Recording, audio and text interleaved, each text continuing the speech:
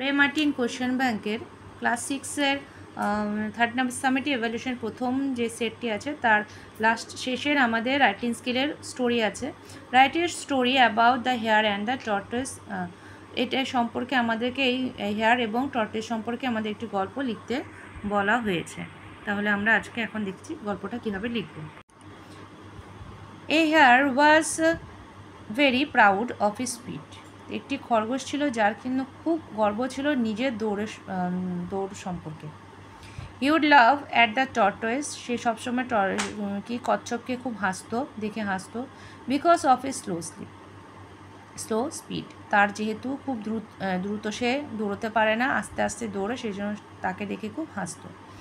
They here invited the tortoise to take part in a race with him. তো একদিন কি করলো, সেই খরগোশ তার কচ্ছপটিকে নিমন্ত্রণ করলো তার দৌড়ের প্রতিযোগিতায় ভাগ নেওয়ার জন্য বা অংশ নেওয়ার জন্য।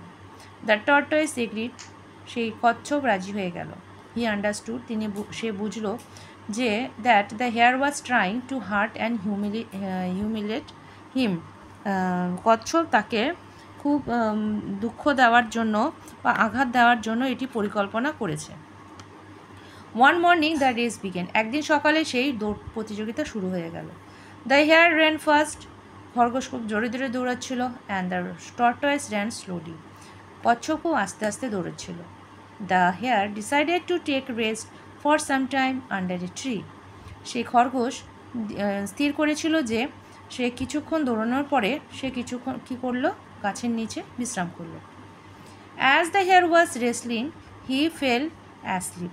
যেখানে as the hare was resting, সে সময় খরগোশ যখন রেস্ট করছিল এবং বিশ্রাম করছিল, সে ঘুমিয়েও পড়ল। The tortoise moved on and on. কিন্তু কচ্ছপ দৌড়চ্ছে তো দৌড়চ্ছেই।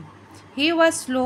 সে খুব আস্তে আস্তে দৌড়চ্ছে। But when the hare woke up, যখনই খরগোশ জেগে উঠল, হি স দ্যাট, সে দেখলো যে the tortoise left him far behind. সেই কচ্ছপ তাকে অনেকটা দূরে পেছনে ফিরে দৌড়চ্ছে। Thus the tortoise was winner in the race. ফলে সেই কচ্ছপ দৌড় প্রতিযোগিতায় জিতে গেল।